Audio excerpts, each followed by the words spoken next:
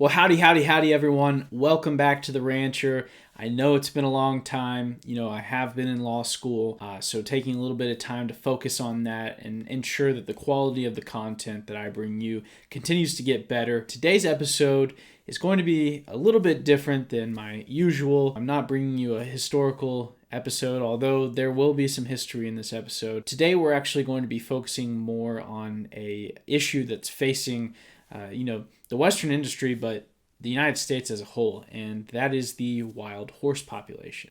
If you did not watch the reel that I posted on Instagram about this issue, one of the reasons I bring it up is because last month in February of 2023, the United States Forest Service decided that it was time to cull some cattle from the Gila National Forest. Essentially what they did was they utilized a helicopter and they shot 19 head of cattle to try and mitigate the damage that population of cattle, which is today around 100, I guess a few less now. Their reasoning is that these animals, being feral cattle that are not native to the range, these animals were destroying the forest and threatening, endangered species and endangered habitats through their actions. I completely understand their reasoning for doing so. Of course, it never plays well in the media to say that you are shooting any type of animal, especially one that many people have a connection to. And so, it reminded me that we have a similar issue with the wild horse. And the only difference is that instead of 100 or so feral cattle in a certain area of the country, we have tens of thousands of wild horses all over the United States, specifically though in the western United States, that are unfortunately far exceeding the appropriate management level that the Bureau of Land Management has established for these horses. I am not here to advocate for the extermination of these horses, the culling of these horses in any way. Of course, as I mentioned, it's not the best way to get this done, but I do want to bring your attention to this issue and describe some of the methods that have come about for trying to limit the growth of this population, further mitigate its growth through different programs. But unfortunately, it seems like today none of these things are meeting the needs of the agency and the American people in managing this herd of horses. So I wanted to go through a little bit of history. If you don't know much about this issue from other organizations, about their opinions and thoughts on the wild horse, I just wanted to clear up some rumors, myths, and interesting things. But really, this is an educational piece, but also kind of the beginning of a further discussion of what can we do to better manage the wild horse population in the United States. The concern here is that not only for their own safety, because as these populations grow, the land really cannot sustain them. It was not designed for horses. As I will point to later, they did not develop on these lands, and not only is it bad for them, as drought and other conditions can cause them to die off, especially when overpopulated, but also they are threatening real native species out on the range. Your bison, your pronghorn, your mule deer, all of these mammal species are threatened by the presence of wild horses. So we'll get into all of that. And thank you for listening. Again, if you have any comments, if you have your own opinion on these issues, I would love to hear it. If I mention anything that's incorrect, please provide that information below. But I really want to kind of just start a discussion here. So to start off the discussion, I think we need to answer one kind of big question. And unfortunately, the answer to this question is really pretty complicated. And that question is, are equids, or the equus species, are they native to the United States? According to Colorado State University researchers, Dr. Liesl Carr Childers, Haley Doucette, and Retta Berger, the equus family did evolve in North America. And I don't dispute that. Dinohippus and many of these other species of horses did develop and grow and evolve here in the United States. So when you see people say that these horses are native and they talk about, they originate from here, they are telling the truth. However, as I mentioned, it's more complex than that, because the equus species went extinct in the Americas, according to Colorado State, in around 12,000 years ago. So, back when the Bering Land Bridge was available, these horses retreated from the United States over into Asia and Europe, developed there further, and came back to the United States with the Spanish conquistadors in the early 1500s. So when we talk about, are horses native? They did evolve here, but they had not been on the range for thousands and thousands of years before they came back just a few hundred years ago.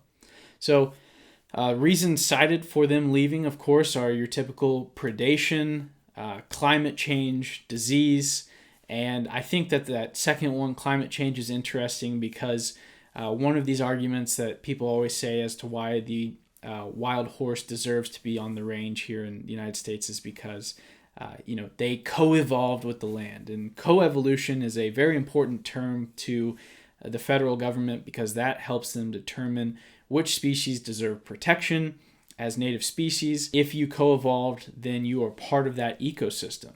However, I don't think it's genuine to call the horse a native species because when horses left here 12,000 years ago, half of this continent was covered in an ice sheet. And the southern portion, if we want to talk about the southwestern United States, where horses, can be found today, all the way up into Idaho, Colorado, Montana, etc. These areas were either covered in a sheet of ice or they were, a very typical Canadian forest woodland. So when you say that the horse co-evolved with the area, they did. However, the modern horse moved out of this area for climate change reasons. And the climate has changed even more since then. Of course, you cannot call the southwestern United States a woodland area, and there's not very much of an ice sheet left in Northern America. Of course, there's some glaciers, but these horses did not co-evolve with the current state of things in the United States. So, that's one of my problems that I have with this. They are a native species, and of course, they are protected by Congress from that as a native species, but I just don't think that that's the most genuine argument that someone can make that they are a native species because they did not co-evolve with the United States rangeland that we see today. So when you talk about the re-arrival of horses, of course, if you've listened to my episode of the history of the American quarter horse, you know that horses first came back to the United States in the early 1500s with the Spanish conquistadors. And to emphasize how long horses had not been on the land, Native Americans had no idea what was coming at them. They thought that these were mythical creatures. They had never seen something like that. And the Spanish understood that horses were their competitive advantage in the New World. The Native Americans, not having them, could not, haul as much. They could not travel as far, and they could not conduct war the same way that the conquistadors could. So the Spanish implemented very, very strict regulations on the ownership of horses. Native Americans could not learn to ride horses. If they were found riding horses, that was immediate death sentence.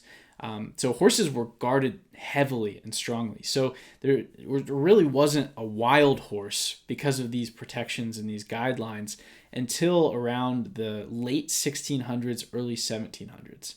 So now we are in the year 2023. So we can put that timeline as horses have been on the range in the United States around 300 years. 300 years. So they're not wild for that long. Every horse that you see on the range today, at some point was a domestic horse. And to drive that point home, some of these horses were domestic a month ago. I mean, this is not all of the horses on the range, originate from these Spanish horses that got loose hundreds and hundreds of years ago. There is documented evidence that there are horses on the range that were turned out by people weeks ago, days ago, whatever you want to say. I mean, they continue to be added to. So when you talk about there being wild horses, feral horses is, a better term because these horses are not native to this area. And when you consider that they've only been back for 300 years, it really puts into perspective the impact that they could have, and the fact that they are being successful in their development and breeding, kind of tells us that there might be a concern that these horses will dominate other native species and push them off of their native lands. So I wanted to talk about another interesting fact. Horses do compete with native species, and there was a Ecological Society of America journal article from 2010 to 2014. A study was done in the Great Basin Desert around 32 water sources. And here's what the scientists behind that study evaluated. They said that we evaluated the spatial and temporal partitioning by these species at water sources using generalized linear models, mixed effects models, and the Mann-Whitney U-tests. And essentially what they were saying that they did was that they tried to assess the impact of feral horses on native species such as pronghorn antelope and mule deer. And what they found was that both native ungulates, so both the pronghorn antelope and the mule deer, used water sources less often when horse activity at water sources was high. So horses were pushing these animals, these native animals, away. This was indicating that spatial avoidance had occurred. Further, we observed significant differences in peak arrival time for pronghorn. So the pronghorn were arriving at different times, trying to avoid the horses, because of course horses are larger and more aggressive, and these pronghorn antelope are not going to contest a water hole with horses. So they did not find the same with mule deer, but they said that since mule deer are typically nocturnal, whereas horses are diurnal, that they did not expect there to be much of an issue there. So they also said that they found strong support for the interactive negative effect of elevated temperature and subsequent increased activity of horses at water sources of drinking patterns of pronghorn and mule deer. Our findings indicate that feral horses further constrain access to an already limited resource for native species in a semi-arid environment. So again, they mentioned that as temperatures get hotter, which if you believe in climate change, as many of these folks that want to protect the wild horse do, and either way, as it gets hotter in these areas, horses drank more water, of course, and that pushed the pronghorn and the mule deer to a lesser extent off of these water sources even more. If it's a problem now, if the population continues to grow, then that problem will continue to grow. And I'm very concerned that as we talk about them as if we want to consider them a native species, it's going to require us to consider the proper management level of these animals.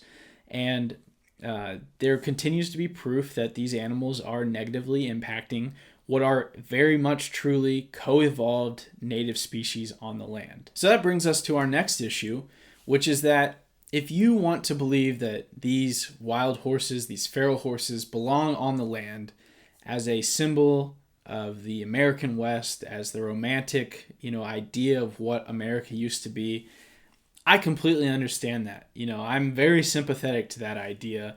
I love the American West. I love the idea of horses, on the range. But as someone who is also a realist, I recognize that these horses do need to be managed, and that population needs to be managed. So the Bureau of Land Management, who is tasked with handling these horses after they were protected by Congress and it was signed into law in the 1970s by the Nixon administration, the Bureau of Land Management manages these horses, and they estimate that there are 82,000 horses currently on federal lands running wild. 82,000. So there's 82,000 horses, and Colorado State University estimates that their fertility rate is around 20 to 25%. So they can reproduce 20 to 25% of their numbers annually. So when you take that number, 82,000, multiply it by 20 or 25%, you're looking at another 17 to 21,000 horses per year. And then you look at the Bureau of Land Management's appropriate management level, which it's called AML, and that's a number that they assess the land where these horses are and the ability to sustain them. So, what are the resources like for water, food, other animals, etc. The Bureau of Land Management has said that the appropriate management level, the number of horses that they can appropriately manage on the range, is somewhere around 26,000. 26,785 to be specific. That's their number. So when you, again, consider that we're at 82,000 currently, which is more than triple, the AML number, and then you consider that they are increasing 20 to 25%, that 17 to 21,000 number that I told you is almost the exact same as the 26,000 appropriate management level. So we are exponentially increasing in the number of horses that we have on the range these days, and it's nowhere near the appropriate management level that we need it at. So according to the BLM, they did remove 20,000 head last year, but again, that barely addresses that number. If they were to go to 25% on their fertility rate, that doesn't even fully address that number. So we're not making progress on getting to that appropriate management level. And really the BLM has their hands tied on this, because the protections of the horse and the protections that keep them from, being removed really leave them with a few options. And those options are adoption, transfer, sale, and birth control. And one of the issues with those is that if you've ever been around wild animals of any type, you know how hard it would be to administer any type of birth control properly amongst a population that large. So the birth control was administered to about 1,600 animals last year. So 1,600 of the 82,000. I don't know what number of these 82,000 are capable of, reproducing, which is another funny thing, that sometimes you will find geldings out in the wild horses, and geldings do not happen naturally. So again, that points to the fact that there are horses that are being added to this number to this day. So when you've got these 1,600 animals being, provided birth control, if you will, and 26 animals are transferred to other agencies. And essentially what that means is that they found animals that were either young enough or were broke enough that they could give them to another agency to utilize for pack horses or other, jobs, if you will, for the horse. There's 26 of those. And then they adopted around 6,700 horses. So that's 9,000 horses right there that we're looking at that were removed that way. And of course, the rest of that 20,000 that the BLM estimated are ones that were moved into off-range facilities. So, that we're not at a place where this number is going down. And that's a concern to me, because there are people out there that are advocating that we should just let these horses do what they need to, do what they want to, and continue to reproduce at the level they're at.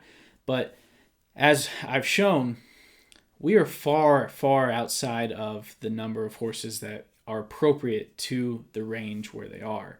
And if we do not stop this, these horses will continue to push out other native species, but then they will also harm themselves, because as droughts get worse and populations grow and rangelands shrink, these horses are going to starve to death. They're going to die of dehydration.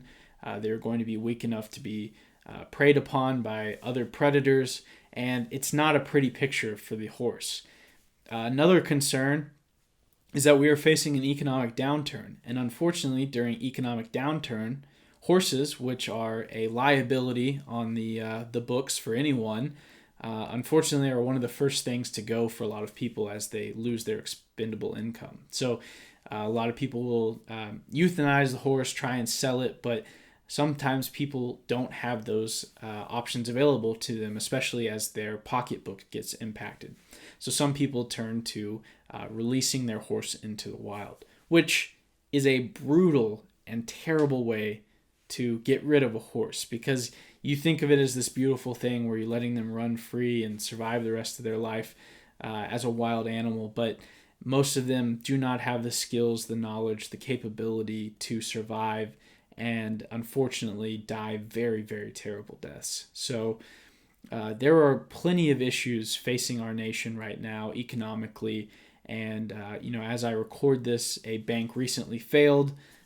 Interest rates continue to rise. All of these economic constraints are really, a negative for the horse industry, and unfortunately that means there are likely to be more horses added to this population and not less, because as people turn their own horses loose, nobody's going to be, or less people are going to be adopting these Mustangs.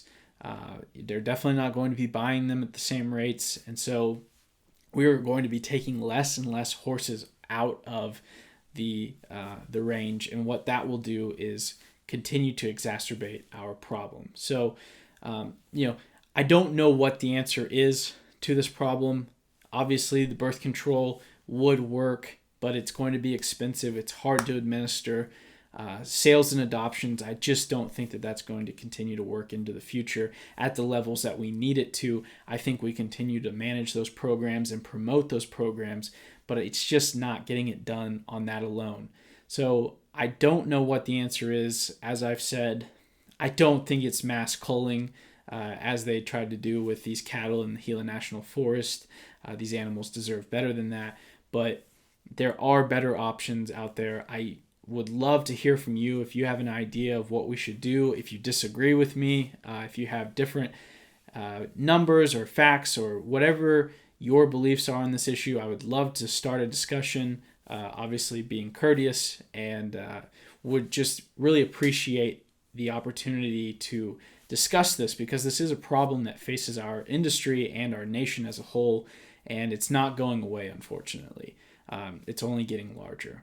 So thank you for listening. Of course, today, as I mentioned, this is not my typical episode style, but this is an interesting issue, and it does have a little bit of history to it. And, it's something that I feel very strongly about. It's very important to me that people know about this. And if you have any other questions, please feel free to email me, connect with me via my social media. But thank you so much for listening to this today.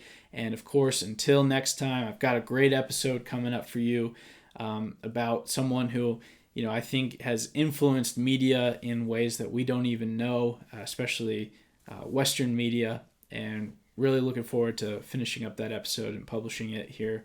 I don't know when, because of course, school and whatnot, but just be looking out for that. And until next time, Godspeed and God bless.